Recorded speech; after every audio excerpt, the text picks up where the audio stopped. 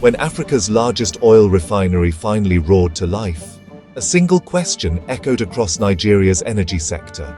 From the bustling streets of Lagos to the quiet corridors of power in Abuja, everyone was asking the same thing: are Nigeria's tank farms now useless?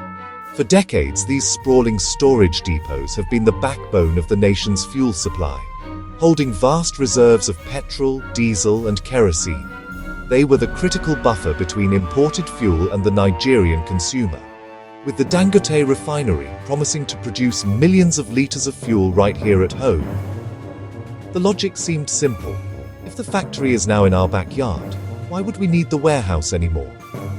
The narrative suggests a clean break from the past, where one giant facility single-handedly solves Nigeria's fuel challenges.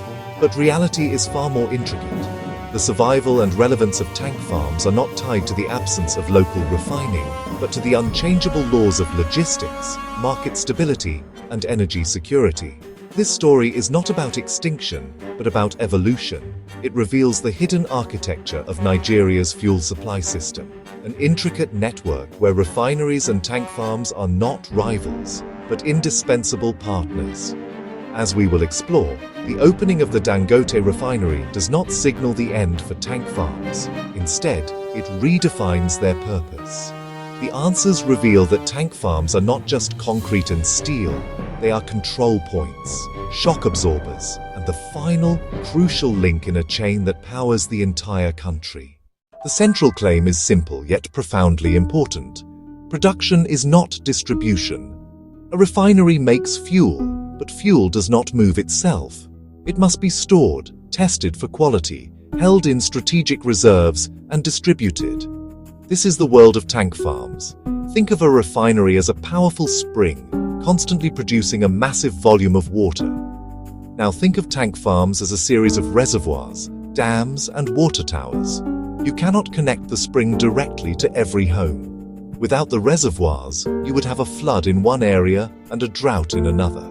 In Nigeria's energy landscape, the Dangote Refinery is that powerful spring, but the country's depots remain the essential system of reservoirs, ensuring fuel reaches every corner of the nation. In fact, Dangote itself is proving this point.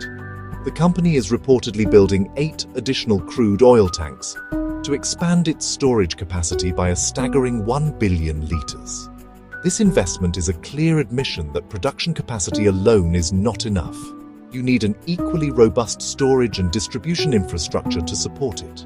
We will examine critical events, like the planned maintenance turnaround at the Dangote facility, which will temporarily halt all crude processing.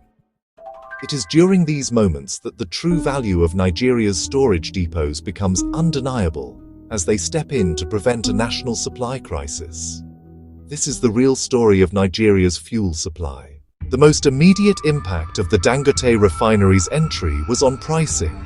In 2025, it triggered a full-blown price war. To remain competitive, private depot operators like AA Rano, NIPCO, and Iteo had no choice but to align their rates with Dangote's new template. This price war does not signify the end of depots, it redefines their role. They are now active combatants in a competitive domestic market. The official figures are stark. Of the over 120 approved tank farms in Nigeria, a staggering 65% are reportedly dormant.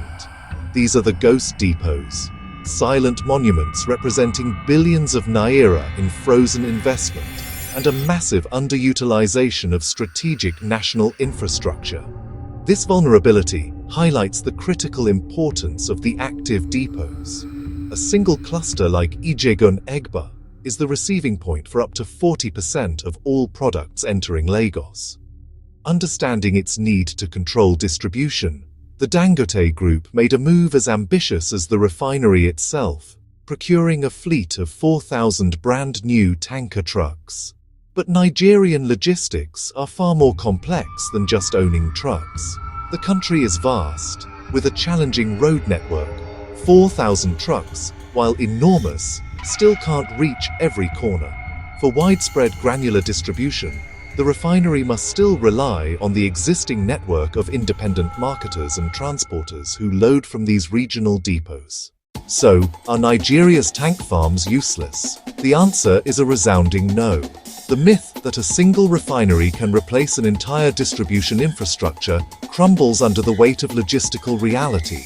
They are not passive cans but active hubs. They break down bulk shipments, they act as guardians of quality, and they serve as economic shock absorbers.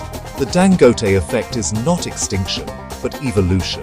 Its entry has ignited competition, forcing depots to become more efficient, competitive, and service-oriented. This new environment demands a shift in policy focus, away from replacement and towards integration.